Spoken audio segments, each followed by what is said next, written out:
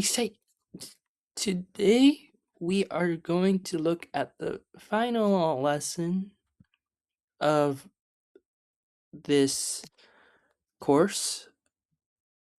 And so to finish things off on a slightly better note than I did last week, hopefully, is this week is going to be the final week. And it's just going to be focusing on a very brief introduction to all of these so that we can transition to the next one of the course I'm thinking of doing for this. Maybe not this year, but who knows? Hopefully soon, at least. And so we're going to focus on a transition note for basically an introduction to Ryukyuan music, how to use a brief introduction on how to use dictionaries, and and very brief introduction on older scripts that preserve such older music and whatnot that was actually used. Okay, so the main, without further ado, the main instrument for the is the sanshin, as many of you probably may know, and it's written in a music note called kunkunshi. From what I know, I'm not sure how true this is, but there is apparently a kununshi, which was replaced this kun with the kanji for 6, which was an older variation of the kunkunshi that but was did not have like these marking notes, so like these squares, and but yeah, eventually the squares were added so you can understand the tempo. And you might be wondering how to read this. You're supposed to read this from the top right. Let me grab my laser pointer. You're supposed to start from the top right, move your way downward. Once you're done, you move over to the next one. And these over here on the very right are the lyrics, and when you're supposed to start singing them. And these numbers and these kanji here represent different fingerings. These over here, you're not supposed to hold them here, but rather they're loose strings. And then you're supposed to use index finger, middle finger, and pinky finger, and then you're supposed to move it up over to the right. I'm probably doing a pretty poor introduction, but from a linguistical perspective, we aren't really sure how exactly it was developed. There were a lot of theories about it, though. And so basically, oh, I don't know if this video is gonna load. I'm gonna link this video over to. I don't really want to get copyright claim, so I'm gonna move.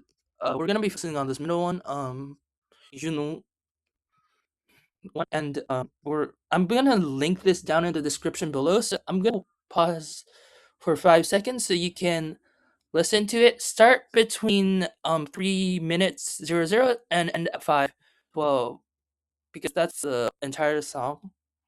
This I couldn't really find many examples of this, of people playing this, because this is such a rare one, and I really struggled to find anything on this, even though I'm aware of its existence. So I'm gonna tell you to pause this video and go listen to that one, and then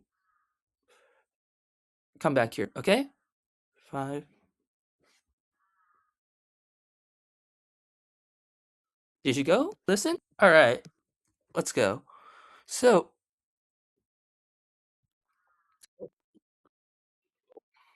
Sorry. And so the song starts off with no, this no sound, and the distinctive Ryukyuan nu. Interesting because it's not like Japanese nu, it's more like no, as I keep stressing so many times. And so basically, the original text was written here in the bold, and here's the transcription plus the kind of reading at the bottom. You can notice here that a lot of letters like to and t, if you read this normally in say Japanese, would correspond roughly to and t. Since a lot of this is a lot of things are just the we don't it's just a e u base, and then we might have an a or occasionally, but yeah, those are often elongated. Like it's probably pretty rare to see it by itself unless it's an maybe initial. Even then, no, there's not too many, I'd say. And then so yeah, so the o and a becomes u, and ri usually becomes e. Yes, it's really funky, but this is supposed to be a special type of e. If you don't know, and then that is technically supposed to be pronounced different than this e, more like yi. Although some pronounce like more like yi, but it's yi. So such yi kind of thing. Then you might see more, but we read this because that's the particle. A lot of the time that happens. We write more, but it's actually pronounced most of the time. And do I have to be? So we know that this is possessive. Whoops. No, sorry, my bad. Sorry, I meant this nu is possessive. This is for the word that, and then ya is the part which sometimes becomes hana if you're in Okinawan, but a lot of times in Kunigami, sometimes it just remains some a lot of the time. And if you if you just saw the kunkun shi for is not what I was trying to do. Why am I thing frozen? So you have notice here that a lot of the times it might sound elongated, especially like this section of the script, simply because and also the new here there's a lot of stuff going on.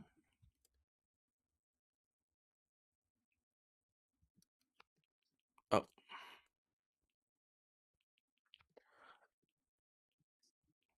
and oh, okay. So it might sound elongated, but in older scripts we don't use the long like line thing to represent long things because it's really how it sounds by the tempo.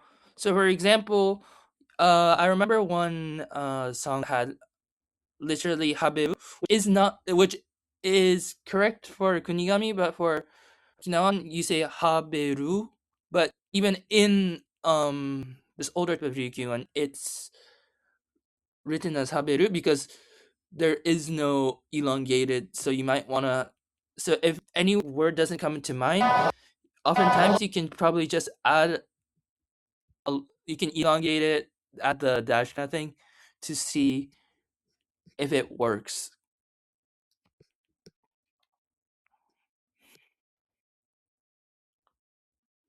And okay, I also mentioned if you have like an yeah or hold up. Let me turn on the pen.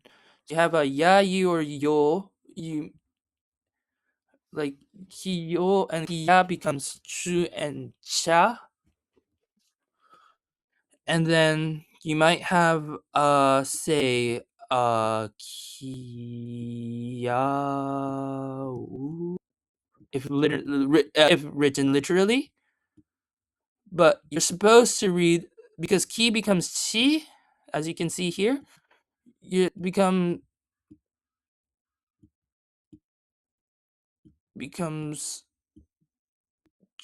sorry my Henry. This becomes chu, or today in Okinawan. So this ya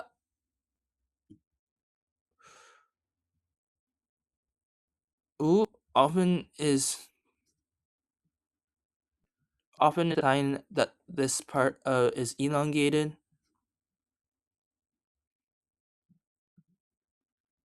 Sometimes it becomes chu, it becomes chol sometimes, but usually it's like chu for this.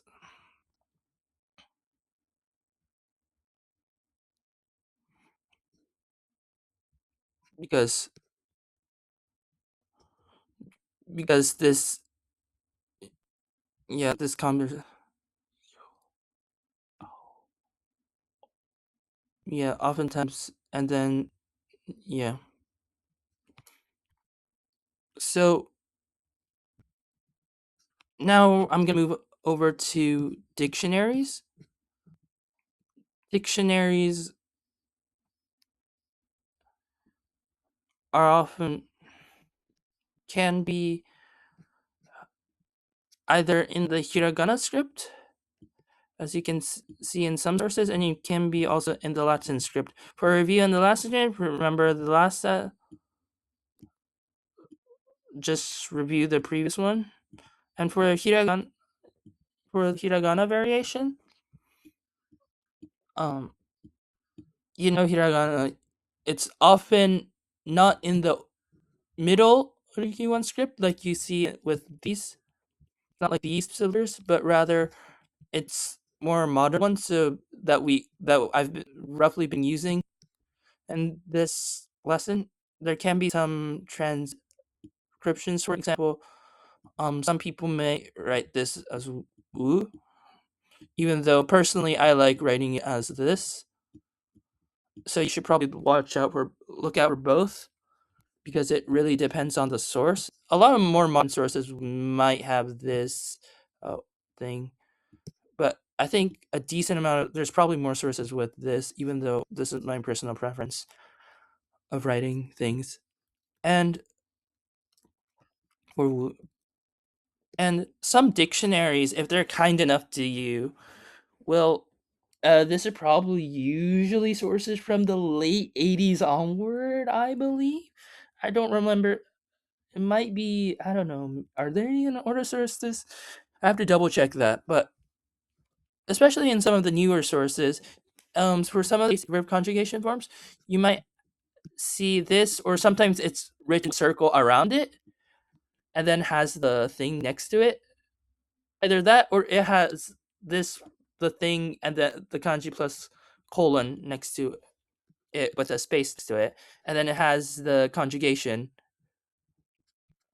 which in the past 3 lessons we've covered each one.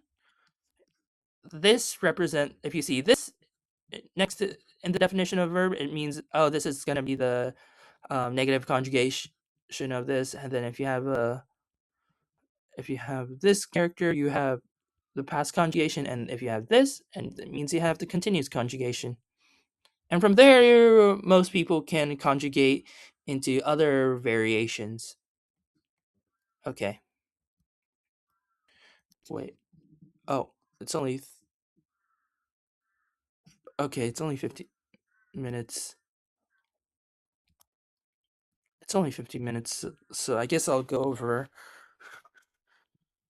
Sorry, if I speed up too much. You can ask me really anytime uh, regarding anything. So basically, Iju is a type of plant. Then hana is a flower. Yeah, so that's a flower. And this is a type of plant, okay? This, and then you have churasa. Churasa is pureness of something, the pure beauty of blooming. Sachi. Oh, that's not what I'm saying. And then I do note here that usually in Kunigami, same as Okinawa, you have wa. And then for Okinawan, when you add for also, this for okay, oki, so I'm just gonna write oki, I guess. This becomes wa.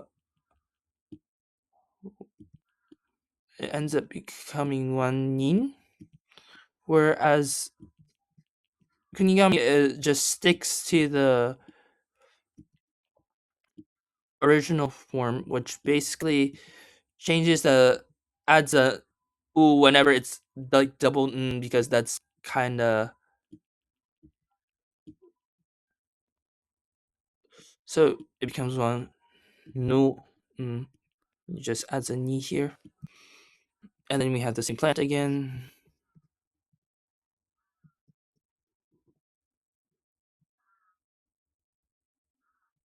And then bloom. This is like saying, "Oh, bloom pure white," kind of thing, with pure and white.